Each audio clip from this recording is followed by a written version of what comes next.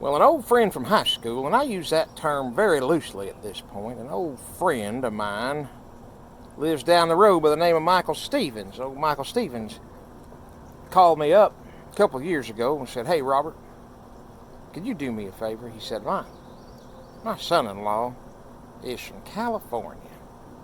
They only come out a couple times a year. He says he's a big outdoorsman, but he said, "Is there any way you can take me and him duck hunting? I'd just like for him to experience it a little bit." I said, "Michael, I'd be happy to help you out with that." I said, "Just let me know when they're going to be here and we'll work it out." So later on that fall, he gave me a phone call and he said, "Hey, Robert, they're going to be here this weekend." I said, "All right, I'll be there 4 o'clock Saturday morning. Now, y'all be ready." Saturday morning rolled around and I pulled in the driveway 2 minutes to 4. Old Michael Stevens was standing out on the front porch in his bathrobe and his house slippers. I walked up the sidewalk. I said, "Michael, you don't look like you're dressed to go duck hunting." He said, "Well, Robert," he said, I think I got a hold of some bad chicken last night." He said, "My stomach's all torn up." He said, I don't think I can go." I said, "That's all right. We'll just reschedule and go some other time." He said, No, now they're only going to be here this weekend. They ain't coming back till next summer, so I hate for him to miss out on the opportunity." I said, "Well, tell him, come on, get in the truck." A few minutes later, here he come bebopping down the driveway, threw something in the back of the truck, hopped in. I said, "Good morning, my name's Robert Mann. What's your name?" He said, my name's Brendan with a Y." I said, "All right, Brendan with a Y, it's a pleasure to meet you." We took off out through the country and got to the swamp, pulled in there at the gate. I said, "All right, you better throw your waders on now, because we gotta get moving. I don't want to be late." He said, "Oh, I didn't bring any waders with me." I said, "You didn't bring any waders to go duck hunting?" He said, No, I didn't bring waders." I said, "Well, you got boots or what?" He said, "No, I'm going to wear these sandals I got on here." I said, You're going to wear sandals to go duck hunting?" He said, "Yes, sir, Mr. Mann." He said, these right here, these sandals are over $300. He said, "They're the best hiking sandals a man can buy." He said, "I've hiked the Redwood Forest, the Rocky Mountains." He said, "I've been to the Grand Canyon in these things, and they've held up just fine." He said, "I even hiked across the Mojave Desert in these." I said, "Well, we ain't duck hunting in the Mojave Desert. So we're duck hunting in knee-deep water that's 40 degrees.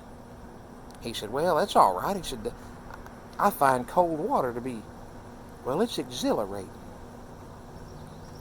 I said, "You're about to get exhilarated, that's for sure." He said, "Come on, let's go." So he rolled up his britches and we took off out across that knee-deep water. Got to the duck blind. Daylight rolled around shortly thereafter. A bunch of wood ducks come flying over, and I raised up and dropped me one. I looked over. I said, "Brendan with a Y, ain't you going to shoot, son?" He said, "Oh, no, I did not bring a firearm with me." I said, "Did you forget it?" He said, "Oh, no, I wasn't intending to kill anything." I said, "You come duck hunting with me with no intention of killing nothing?"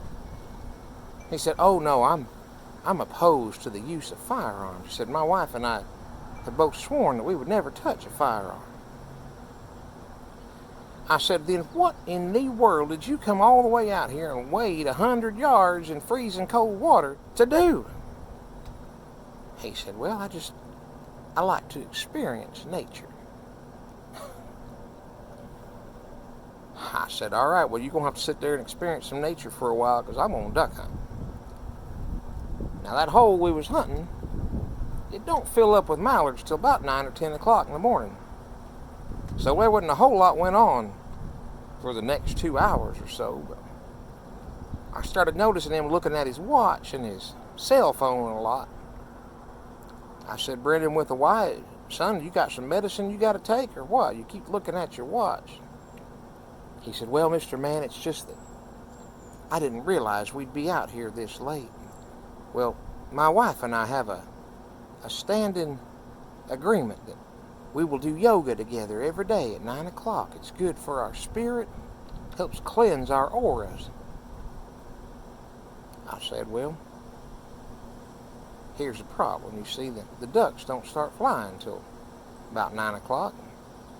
I don't like to leave this spot and let them come in here and land without me killing.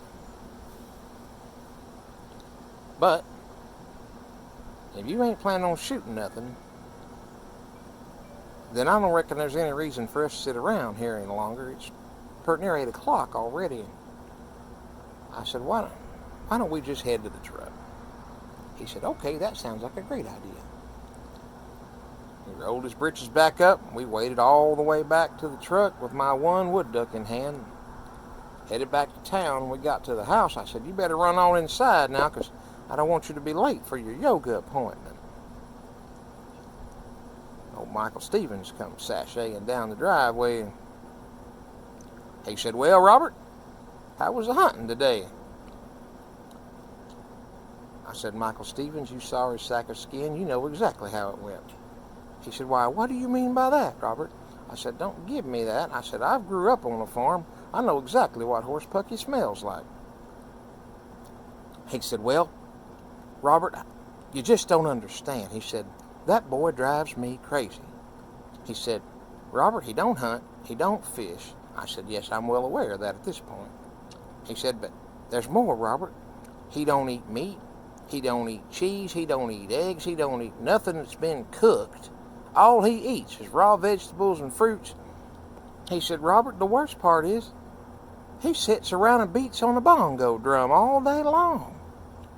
He said, I hate to do what I did to you today, but he said, if I don't get a little break from him now and then, it drives me completely crazy. I said, well, I'm glad I could help you out, but that's the last time I'm ever taking that boy anywhere. And I said, as far as you're concerned, next time I want to see you is at your funeral.